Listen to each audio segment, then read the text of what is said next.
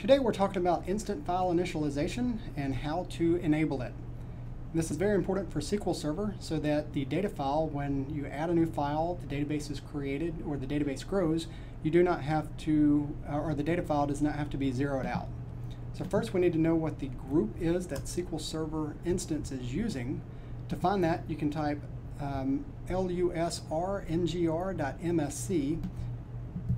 to open up this window. We'll go into groups.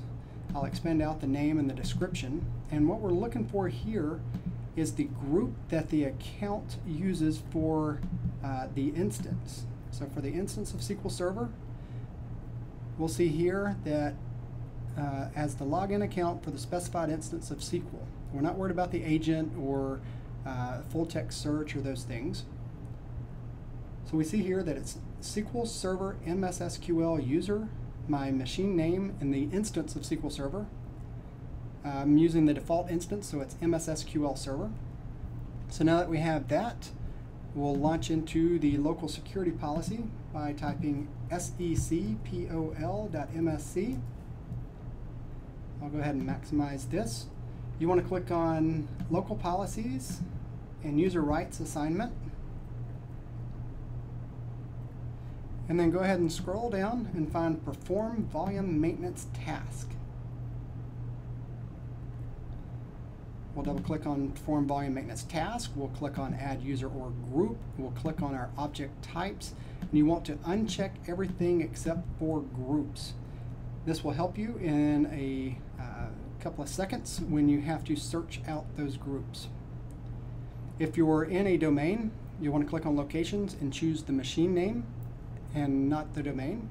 So now we'll click Advanced and say Find All. I'll go ahead and expand out names, and we'll scroll down till we see all the SQL Server related groups, and we'll find the group that our instance is using, SQL Server MS-SQL users. Had you not checked just groups, you'd have users and various other things listed here. We'll say OK, OK again, and one last time, and Instant File Initialization is enabled for our SQL Server instance. It's that easy. If you need to remove it, you go back into the security policy, you remove that group, and then you will have to restart the server. Turning it on is instant, but to remove it, you have to reboot. For more information on Instant File Initialization, you can read my blog. The short URL is listed here.